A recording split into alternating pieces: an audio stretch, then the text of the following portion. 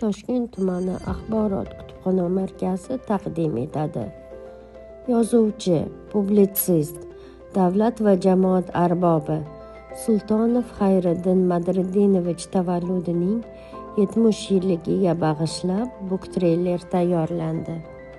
Sultonov Xayriddin Madriddinovich 1956-yil 18-yanvarda Toshkent viloyati Qibray tumanining Tuzel qishlog'ida dunyoga kelgan. Parkentdagi 1973-yilda o'rta maktabni tamomlab, Toshkent davlat universitetining jurnalistika fakultetiga o'qishga topshiradi. Guliston, Yoshlik jurnallarida faoliyat ko'rsatgan. Adabiyot va san'at nashriyotida bo'lim boshlig'i bo'lgan. 1993-yildan O'zbekiston Respublikasi Prezidenti devonida mas'uliyatli lavozimni egallab keladi. Axborot tahliliy xizmati boshlig'i vazifasida ishlab keladi.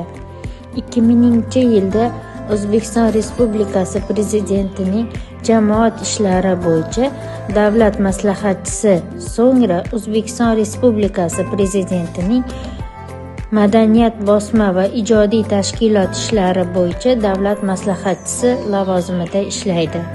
Xayriddin Sultonning ijodida Bobur siymosi yaqqol namoyon bo'ladi. Baxt qirg'og'i qissasida muallif podshoh hayoti va shoir Boburning hayot chegaralarini tegib o'tadi. Boburnoma o'zbek nasridagi o'ziga xos asardir. Muallif Boburnomani ma'rifatparvarlik romani deb nomlagan.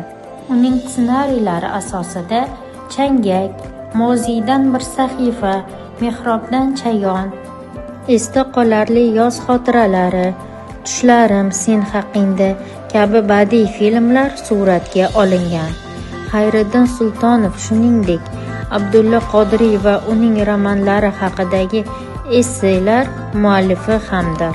Xayriddin Sultonovning Quyosh barchaga barobar nomli hikoyalar to'plami o'z shinavandalarini topdi.